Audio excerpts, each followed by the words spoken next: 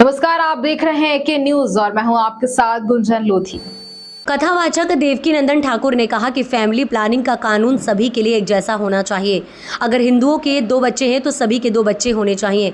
अगर हिंदुओं के एक पत्नी रखने का अधिकार है तो दूसरों को भी एक पत्नी रखने का अधिकार होना चाहिए। जबलपुर पहुंचे देवकीनंदन ठाकुर ने प्रेस वार्ता में कहा कि जो भी पार्टी भगवान कृष्ण की जन्मभूमि बनाने में हमारा सहयोग करेगी, हम उसको पूरा सहयोग करेंगे। आज के मुस्लिम भाई जो यहाँ रह रहे हैं वो पहले हिंदू थे, उनके पूर्वज भगवान राम और कृष्ण की पूजा करते थे। हमारी आत्मा में राम है, मथुरा, काशी और अयोध्या एक सनातनी के आत्म स्वरूप है। इन तीनों जगहों से किसी प्रकार का कोई समझौता नहीं किया जाएगा। हम किसी पार्टी विशेष के नहीं हैं। देवकीनंदन ठाकुर के जबलपुर आगमन पर पत्रकारों से चर्चा के दौरान देवकीनंदन ठाकुर ने कहा कि मैं कैमरे के सामने बोल रहा हूं कि विपक्ष के सभी नेताओं में से कोई भी श्री कृष्ण जन्मभूमि बनाने में हमारा सहयोग करेगा। आगामी 2029 के चुनाव में हम उसे जिताने की कोशिश करेंगे। सनातनी परंपराओं को लोगों तक पहुंचाने का हम प्रयास करेंगे। कथा के माध्यम से हम जबलपुर और मध्य प्रदेश जहां भी आसपास के लोग हैं उनसे प्रार्थना करेंगे, आप अपने बच्चों को लेकर कथा में पहुंचे।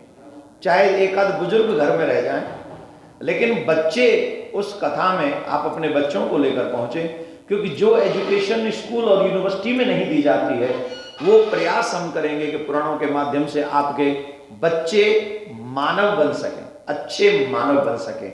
अच्छा मानव बनेगा, ज्ञानवान मानव बनेगा तो क्या करेगा? वो समाज को सुख देगा, वो परिवार को सुख देगा, वो देश को सुख देगा, वो देश का नाम करेगा। और कोई मतलब खूंखार बन गया तो परिवार को भी दुख देगा, प्रदेश को भी दुख देगा, देश को भी दुख देगा, जो भी सामने आएगा उसको दुख देगा। तो ये कार्य करने का प्रयास हम कथा के माध्यम से करेंगे। सनातनियों से निवेदन करने आए हैं कि आप सभी परिवार के सहित, बच्चों के सहित कथा में पहुंचे।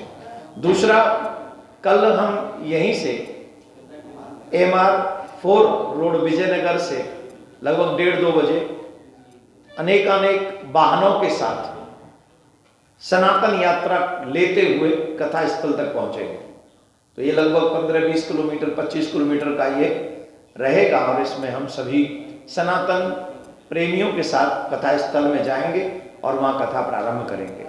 उसी कथा के माध्यम से हम मध्य प्रदेश के लोगों को ये भी बताएंगे कि पूर्व में जो सनातन पर आघात हुए हैं उन आघातों से उबरने का समय है। अब प्रयास करें हम, अब जैसे अयोध्या में भगवान श्री राम का भव्य दिव्य मंदिर का निर्माण हुआ है, वैसे ही कथा के माध्यम से ही हम ये प्रयास करेंगे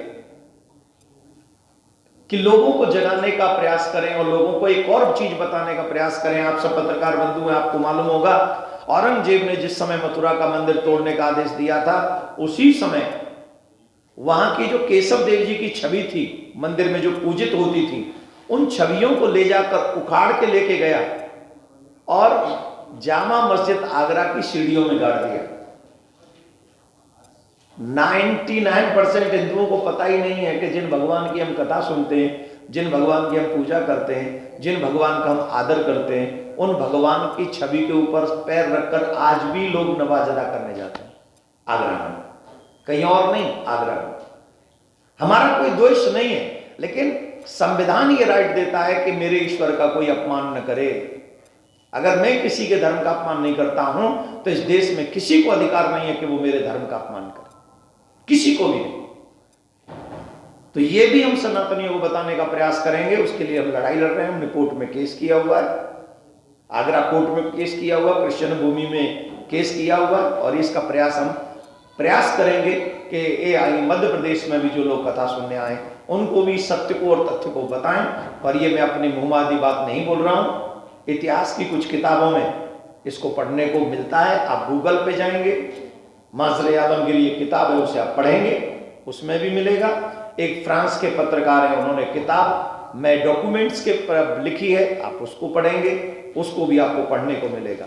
तो it's not my words only, ये मेरे सिर्फ शब्द नहीं है, ये तथ्य है, ये सत्य है।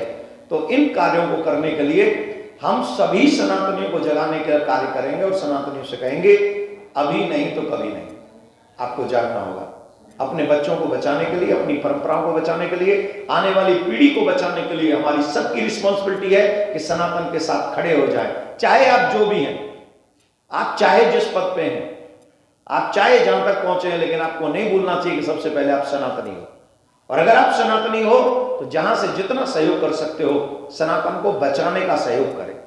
हम मिटाने की किसी को बात नहीं कर रहे, लेकिन कोई हमें मिटाया जाए ये भी हमें होने नहीं देना चाहिए।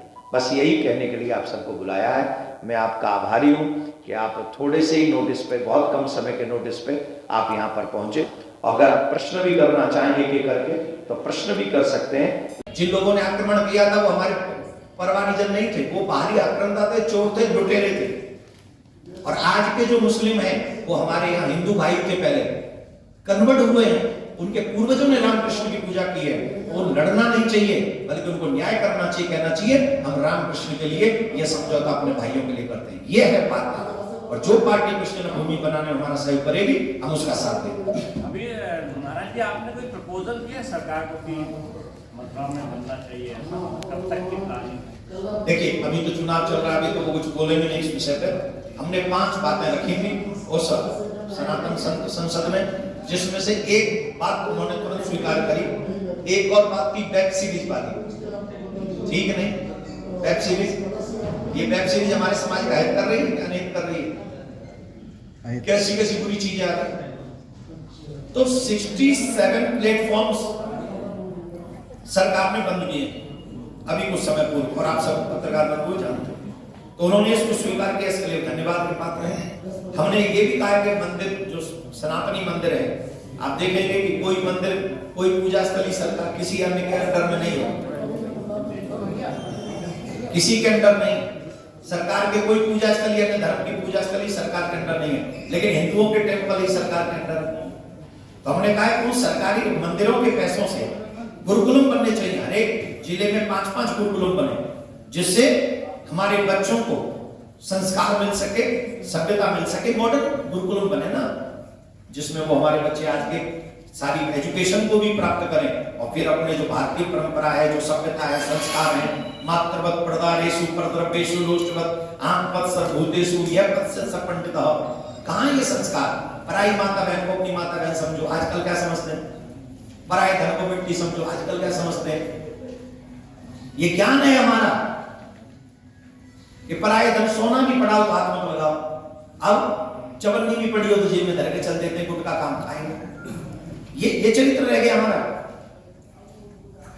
चरित्र का हनन होते ही व्यक्ति का हनन, पतन हो जाता है। तो ये सारे ज्ञान हमारे बच्चों को मिलने चाहिए। तो इसके लिए सरकार ने, जो सरकार हमारे मंदिर अपने कब्जे में कर रखे हैं, या तो सबको कब्जे में करे पूजा स्थलियों को, या फिर हमें आजाद करे। और हाँ, एक और बात आप सबके माध्यम से कहना चाहते हैं, जो अधिकार वक्फ बोर्ड को दे रखे हैं वैसा ही सनातन बोर्ड तैयार हो, और सनातन को भी वही राइट्स मिलने चाहिए जो वक्फ बोर्ड को मिले। एक देश एक कानून। हम ये नहीं कहते वक्फ बोर्ड हटा दो, हम तो कहते बनाए रखो और 2 नंबर एक्स्ट्रा बढ़ा दो, लेकिन हमें भी सनातन बोर्ड बना के दो, और हमें भी उतनी जमीन दो, हमें भी उतने अधिकार दो, जिससे हमारे बच्चे आने वाले समय हम सब इक्वल तरीके से रह सकें। धन्यवाद। फिलहाल इस खबर में इतना ही। बन रही AK न्यूज पर। नमस्कार।